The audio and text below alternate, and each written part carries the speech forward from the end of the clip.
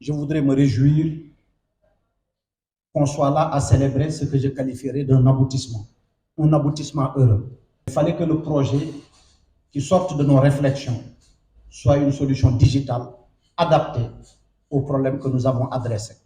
Et ce projet répond à une préoccupation que nous avons tous, parce que nous avons vécu des désagréments liés au retrait d'un permis de conduire et à l'obligation d'aller payer au commissariat ou à la brigade la plus proche du lieu de commission de l'infraction.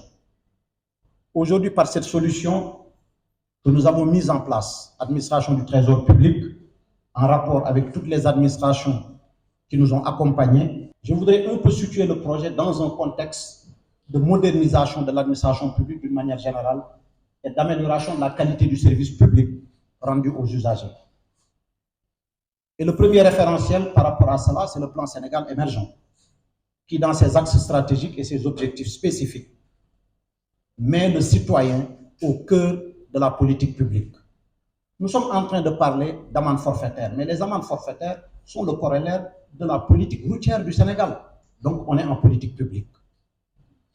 Je voudrais également parler de la stratégie Sénégal numérique, horizon 2035, pour une administration connectée au service des citoyens. Mais je voudrais également parler du plan de développement stratégique de l'administration du Trésor, qui est notre cadre, notre référentiel stratégique sur un horizon de 5 ans, et dont nous pouvons identifier, au niveau des axes stratégiques et des objectifs spécifiques, l'amélioration de la qualité service et la transformation digitale relativement aux instruments de paiement. Je crois que ce projet aujourd'hui donne corps à cette vision. Et c'est une réponse adaptée. C'est une réponse adaptée, naturellement, il faudra le dire, comme tout projet informatique qui aura besoin d'être accompagné, d'être soutenu dans sa mise en œuvre, d'être amélioré progressivement au regard des besoins nouveaux qui ne manqueront pas peut-être d'apparaître à la pratique.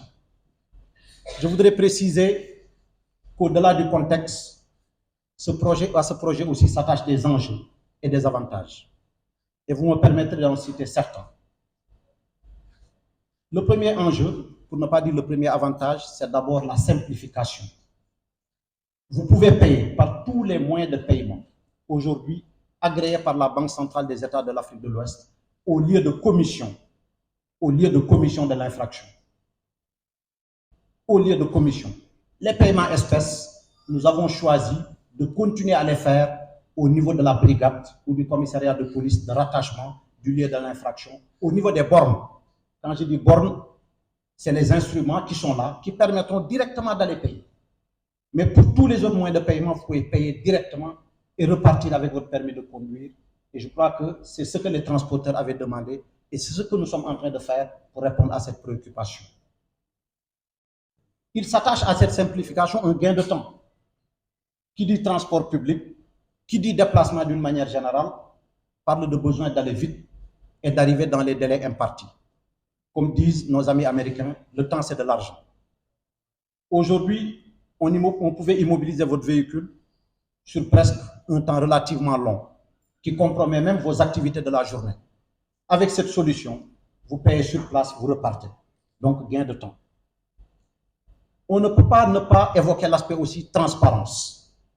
Mamadou Ndiaye l'a évoqué. Mais moi, je dirais plutôt aspect normalisation de la relation aujourd'hui entre les préposés à la circulation, mais également les transporteurs, dont nous-mêmes. Normalisation. Parce que ce système permet de géolocaliser l'agent de police ou de gendarmerie à l'échelle de son périmètre de compétence. Le régisseur, il demeure. Le régisseur, c'est le commandant de brigade pour la gendarmerie, c'est l'agent de police désigné par la hiérarchie de la police et nommé conformément aux lois et règlements. Le régisseur vous donne un PDA. Le PDA, c'est comme un instrument électronique, c'est un peu comme les appareils que vous avez au niveau du guichet de banque. Ce PDA, il est paramétré suivant les typologies. Les typologies aujourd'hui d'infraction, pour répondre à une préoccupation de mon collègue et ami le directeur général des transports, cette question est bien prise en compte. Ce projet également aura un pendant statistique. Vous aurez de la statistique qui vous permettra d'affiner la politique routière en termes de typologie des infractions, des lieux de commission des infractions, ce qui vous permettra de mieux adresser la politique routière en termes de prévention et en termes de sécurité. C'est un point qui est pris en charge et c'est un point qui sera amélioré et développé. Quand je dis transparence, vous payez et simultanément, ce paiement il est reflété à travers toute la plateforme. Le régisseur a la traçabilité du paiement. Il sait qui a payé, pourquoi il a payé, combien il a payé. Et immédiatement, les comptes du trésor public sont impactés, ou en tout cas dans un délai de temps qui est relativement court. Et les écritures comptables de répartition au profit des destinataires de ce fonds-là seront alimentées dans des délais plus que raisonnables. On ne peut pas ne pas parler également, toujours dans le cadre de la simplification et des enjeux liés à ce projet, d'économie budgétaire. Parce que les carnets d'amende forfaitaire, on les commandait. C'était de l'argent public. C'était fastidieux. C'était peu fiable. Et ça requérait des moyens et des conditions de conditionnement et de transport qui étaient à la limite hors de portée. En plus de ne pas être très fiable. Aujourd'hui, c'est des économies budgétaires. Parce que si on commandait des centaines, voire des milliers de carnets, on en commandera juste un stock de sécurité parce qu'à l'intérieur du pays, ce projet n'est pas encore déployé. Il est bon de le préciser. Nous sommes dans une phase pilote qui se tient à l'échelle de la région de Dakar. Seule la région de Dakar, dans tous ses compartiments, est concernée. Et nous avons prévu, conformément à la feuille de route, de pouvoir nous retrouver dans 3 mois pour évaluer. Mais pendant ces 3 mois, il y a un accompagnement dédié. J'ai demandé à mes services, en l'occurrence la direction de l'informatique, en l'occurrence également le point focal du projet, de pouvoir accompagner ce projet pour que les utilisateurs, les policiers, les gendarmes aient un point focal ou une structure focale à laquelle tous les incidents sur site sont remontés pour remédiation dans les meilleurs délais. Parce que si on n'accompagne pas la mise en œuvre de ce projet, si on ne l'accompagne pas d'une stratégie de communication avant, pendant et après, et une stratégie de conduite du changement, je pense que ce projet pourra ne pas donner tous les résultats escomptés.